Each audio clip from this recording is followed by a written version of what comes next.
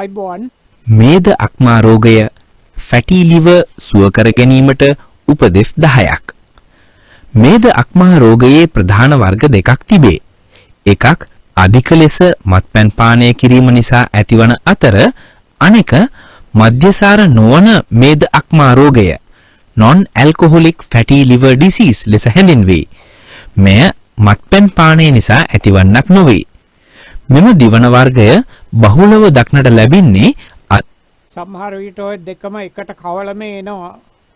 කවලම එනවා කියන්නේ බොන කෙනෙකුට අනිත් පැත්තෙන් කෑමිනුත් අප්සෙට් වුනහම ඉතින් ඒක බොහොම අධික බර දෙවන වර්ගයේ දියවැඩියාව type 2 diabetes අධික කොලෙස්ටරෝල් හෝ අධික රුධිර පීඩනය ඇති පුද්ගලයන් අතරය.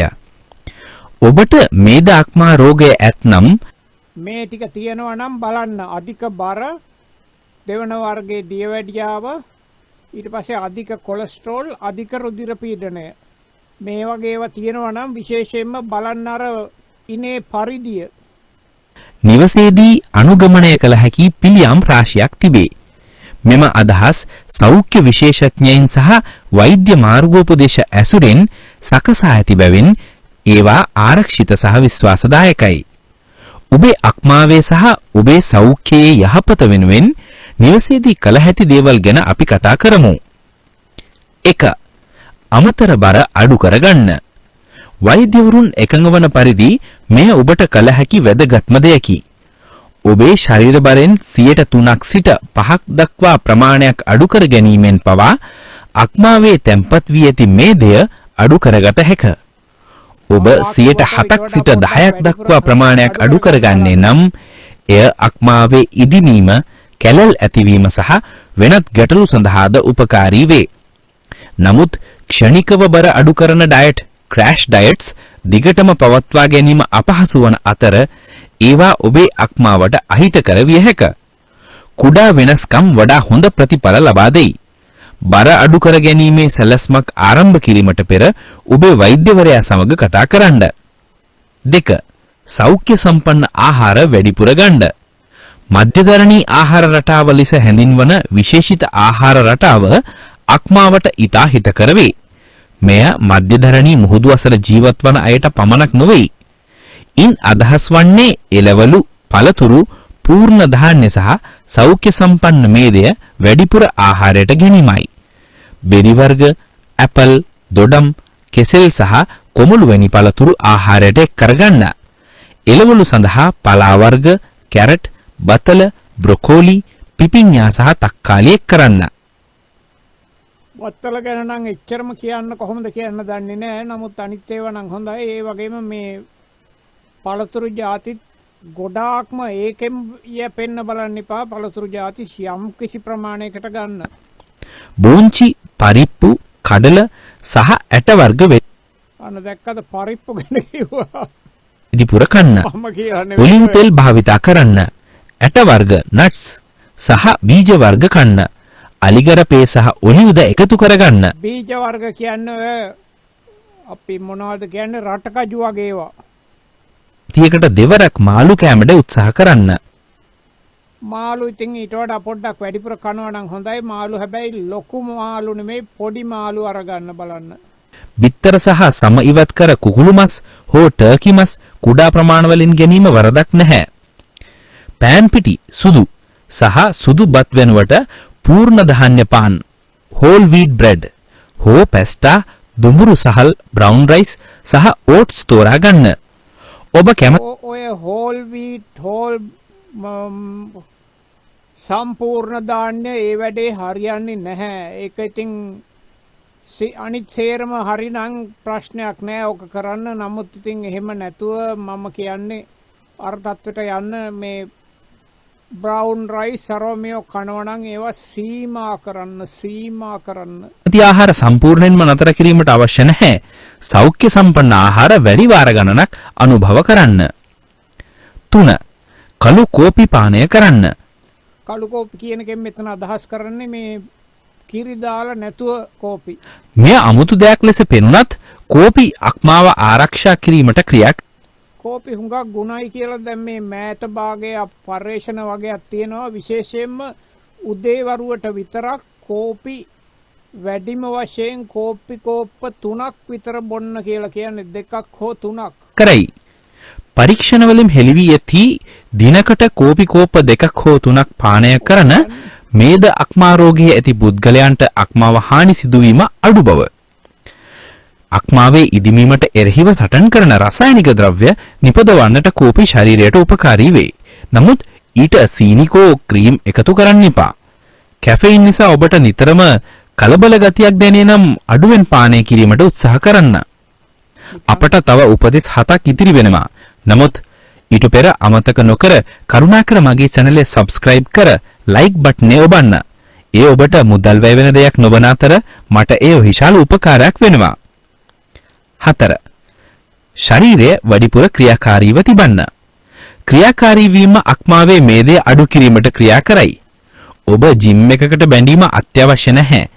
සෞඛ්‍ය විශේෂඥයින් පවසන්නේ සතියකට අඩුම ගානේ විනාඩි 150ක්වත් ඇවිදීම හෝ ව්‍යායාම කිරීම සුදුසු බවයි. එනම් සතියේ දින 5ක් දිනකට විනාඩි 30ක් බැගින්. ඔබට දිනපතා විනාඩි 30ක වේගවත් ඇවිදීමක් කළ හැකි හෝ දවස පුරා කෙටි ඇවිදීම් කළ හැකි. shopping සල්ලවලට හෝ වැඩට පයින් යන්න, පඩිපෙළ භාවිතා කරන්න, ඔබේ දරුවන් සමග එලි මහනේ සෙල්ලම් කරන්න. වැඩිපුර චලනය වීන බර පලනයට, දියවැඩියාවට සහ හදවත වැඩිපුර චලනය වීම කියන්නේ මෙතන මේ ඇවිදින එක ඒ වගේ ව්‍යායාම විදිය දේවල් කිරීම රෝගීව තිබා ගැනීමට උපකාරී වේ. 5. එකතු කළ සීනි භාවිතය අඩු කරන්න. සීනි විශේෂයෙන්ම කේක්, පැණි රස කෑම, සීසිල් බීම සහ අයිස්ක්‍රීම් වැනි දේවල් අක්මාවට එරෙහිව ක්‍රියා කරයි. එය අක්මාවේ මේදය වේගවත්ව ගොඩනැගීමට හේතු වෙනවා. මෙම ආහාර අඩුවෙන් කන්න. පෝෂණ ලේබල් පරීක්ෂා කරන්න. ග්ලූකෝස් හෝ ෆ්‍රුක්ටෝස් වගේ ඕස් වලින් අවසන් වන වචන ඔබ දකිනවා නම් ඒ සීනි. අධික ෆ්‍රුක්ටෝස් බිඩිඟුරු සිරප් සහ පැණිද සීනි වර්ගයක්. සීනි ප්‍රමාණය අඩු වන තරමට ඒ ඔබේ අක්මාවට හොඳයි. 6. අහිත පැණි කියන එකත් විශේෂයෙන්ම මේ ෆැටි ලිවර් වලට මොකද පැණි වල ගොඩක් තියෙනවා ෆ්‍රුක්ටෝස් තමයි හුඟක් දුරට ෆැටි ලිවර් වලට හේතු වෙන්නේ. කර මේද අධික ආහාර අඩු කරන්න. මේද අක්මා රෝගී ඇති පුද්ගලයන්ට කොලෙස්ටරෝල් පාලනය කිරීම වඩා අපහසුයි. කොලෙස්ටරෝල් පාලනය කිරීම අමාරු වෙනවලු. ඒක තියෙනකොට රතු මස්, යොඩ සහිත චීස් හෝ බටර්, යොදය සහිත චීස්, බටර්, රතු මස් ඒ වගේ අහිතකර මේද තියෙන ආහාර වලින් වළකින්න. වැනි අහිතකර මේද අධික ආහාර වෙනින් වළකින්න. බෙදුණු ආහාර සහ පේස්ට්‍රී, කුකීස් වැනි බේකරි කෑම වලත් අහිතකර මේද අඩංගු වේ. කුකීස් කියන්නේ මේ ඇමරිකාවේ කියන හැටියට මේ බිස්කට් වගේ જાති. බටර් හෝ මාගරින් වෙනුවට ඔලිව් තෙල් භාවිතා කරන්න. ඔලිව් තෙල් වලටත් වඩා හොඳයි මේ කැනෝලා ඔයිල්. අක්මාවට හිතකර බොහෝ දේවල් බර අඩු කිරීම, ක්‍රියාකාරී වීම, ධාන්‍ය සහ ශාකමය ආහාර වැඩිපුර ගැනීම කොලෙස්ටරෝල් පාලනයටද උපකාරී වේ. 7. ඔමේගා 3 මේදය ලබා ගන්න. සමහර සෞඛ්‍ය සම්පන්න මේද වර්ග අක්මාවේ මේදය අඩු කිරීමට ක්‍රියා කරයි. එය ඔබේ හදවතටත් යහපතයි. තෙල් මාළු වර්ග, වෝල්නට්ස්, හනාට සහ චියා ආට වලින් ඔමේගා 3 අඩංගු වේ. පුංචි මාළු ಜಾති ගන්න පුළුවන් නම් හොඳයි. ඔය හුරුල්ලෝ, හාල් මැස්සෝ ඒ වගේ ඒවා. ලොකු මාළු ಜಾති වලට යන්න එපා. ඔබට අතිරේක පෝෂක මගින් ඒවා ලබාගත හැකිය. පරීක්ෂණ වලින් පෙනී ඇත්තේ ඔමේගා 3 මගින් අක්මාවේ මේදය අඩු කළ හැකි සහ කොලෙස්ටරෝල් සඳහාද උපකාරී වෙයි. ඔමේගා 3 අතිරේක ඔබට ගැළපේද නැත්නම් ආහාර මගින් ප්‍රමාණවත් තරමකට ලබාගත හැකිද යන්න ඔබේ වෛද්‍යවරයාගෙන් ප්‍රශ්න කරන්න. 8. අක්මාවට හානි කරන දේවල් වලින් වළකින්න. මද්යසාර එහෙම නැත්නම් මත්පැන් ඔබේ අක්මාවට ඇති ලොකුම ගැටලුව. ඔබට තියෙන්නේ මද්යසාර නොවන මේද අක්මා රෝගය වුණත් මත්පැන් පානය කිරීමෙන් ඒ වඩාත් අතහරු කර හැකියි. අනවශ්‍ය ලෙස වේදනානාශක ඖෂධ ගැනීම හෝ සමහර ඖෂධීය අතිරේක ගැනීමෙන් අක්මාවට පීඩනයක් වන්න පුළුවන්. වේදනානාශක බැරිම නම් විතරක් ගන්න. අනිත් එක අර පැනඩෝල් ඇරුණාම අර ඊට වඩා සැර බෙහෙත් ಜಾති ගන්න එකෙන් වළකින්න. නමුත් ඖෂධයක් හෝ අතිරේකයක් ගැනීමට පෙර සෑම විටම ඔබේ වෛද්‍යවරයා හෝ ඖෂධ වේදිකයෙක් සමග කතා කරන්න. ඔබට මේදක්මා රෝගය ඇතනම් ආරක්ෂිත දේ මොකක්ද කියලා ඔයන්ට කියනවා. 9.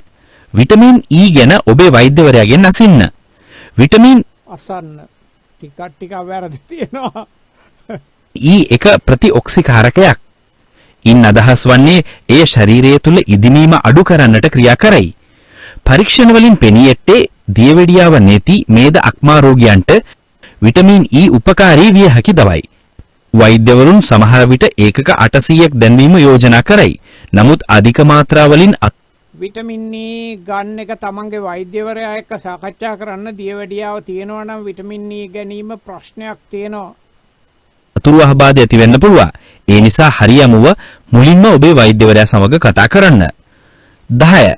කුණු බඩු සහ ඖෂධීය පැලෑටි ගැන සලකා බලන්න.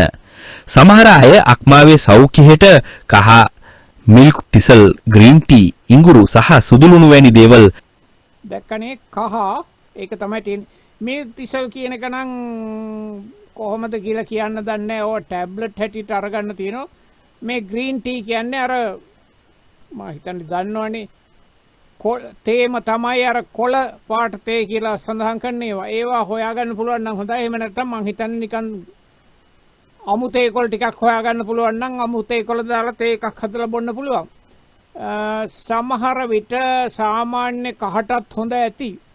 ඒක හරියටම කියන්න දන්නේ නැහැ. ඊට පස්සේ ඉඟුරු සහ සුදුළු උණු ඒවා හොයාගන්න පුළුවන් නම් හොඳයි. ඕවා ලංකාවෙත් වවන්න පුළුවන් ඇති.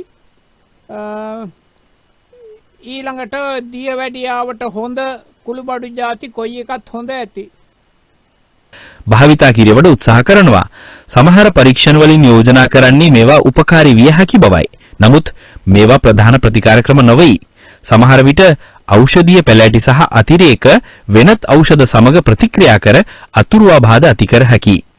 ඕනෑම ඖෂධීය පැලෑටියක් හෝ අතිරේකයක් ගැනීමට පෙර ඔබේ වෛද්‍යවරයා සමග කතා කරන්න. දැනට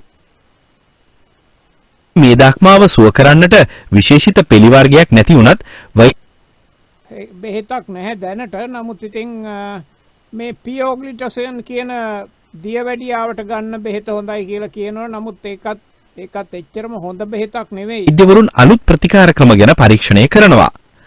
පයොක්ටික්සෝන් නමැති ඖෂධය සමහර විට NASH ලෙස හැඳින්වන වඩා බරපතල තත්ත්වයේ ඇති පුද්ගලයන්ට උපකාරී වේ. නමුත් එය සියලු දෙනාටම සුදුසු නොවේ සහ වෛද්‍යවරුන් ඒ ගැන අතේක අවස්ථාවලදී පමණයි ලබා දෙන්නේ. මේ දක්මාව යථා කර ගැනීමට කොච්චර කාලයක් ගත වේද කියලා දැනගන්න ඕනේ නම් ඒ පුද්ගලයා මතරඳ වෙයි. ඔබ මත්පැන් පානය නතර කරොත් සති කිහිපයකින් ඔබේ අක්මාව සුව වීමට පටන් ගනී. ඔබට මධ්‍යසාර නොවන මේ දක්මා රෝගය තිබේ නම් ඔබ බර අඩුවන විට ඒ නිවැරදියෙන් වෙනවා. විශේෂඥයන් යෝජනා කරන්නේ ඔබේ ශරීර බරෙන් 7% සිට 10ක් දක්වා ක්‍රමයෙන් බර අඩු කර ගැනීම ප්‍රමාණය. ඇපල් සයිඩර් විනිගර් හෝ අක්මාව පිරිසිදු කරන දේවල් ඇත්තටම වැඩ කරයිද කියලා සමහර කල්පනා කරනවා. මේවා මේ දක්මාවට ඇත්තටම උපකාරී වේද කියලා කියන තරම් ප්‍රබල පරීක්ෂණ සාක්ෂි නැහැ. වෛද්‍යවරුන් අක්මාව හෝදාම හෝ ඩිටොක්ස් බීම නිර්දේශ කරන්නේ නැහැ. මොකද ඔබේ අක්මාව යනු ස්වභාවිකවම උදවිනුවෙන් විෂ ඉවත් කරන ඉන්ද්‍රියයි නිසා. ඔබේ අක්මාවට උපකාර කරන බෙන්දත විශාලම සරල දේවල් මේ විදියට හෙමින් එකටු බර අඩු කරගන්න. දවසෙන් දවස ක්‍රියාකාරීව තිබන්න. ශාකමය භෝග, ධාන්‍ය සහ හිතකර මේද වැඩිපුර කන්න. අධික සීනි භාවිතයෙන් වළකින්න. සහ ඔබ බොන දේවල් හෝ ඖෂධිවල් ගැන සැලකිලිමත් තිබන්න. ඔබට මේ දක්මා රෝගය ඇතිද කියලා හිතනවා නම් වෙනස් කිරීම කරන්න අවශ්‍යයි කියලා තැරෙනවා නම් ඔබේ වෛද්‍යවරයා සමග සැලැස්මක් ගැන කතා කරන්න. ඔබේ අක්මාව සහ ඔබේ සෞඛ්‍ය ආරක්ෂා කිරීමට වෙන්න පුරුවන් ආරක්ෂිතම සහ වැඩිම ඵලදායක ක්‍රමය වෙන්න දෙහත් කරයි. මගේ channel එක subscribe කරලා like button එක ඔබන්න. ඊළඟ වීඩියෝ එකෙන් හම්බෙමු අපි.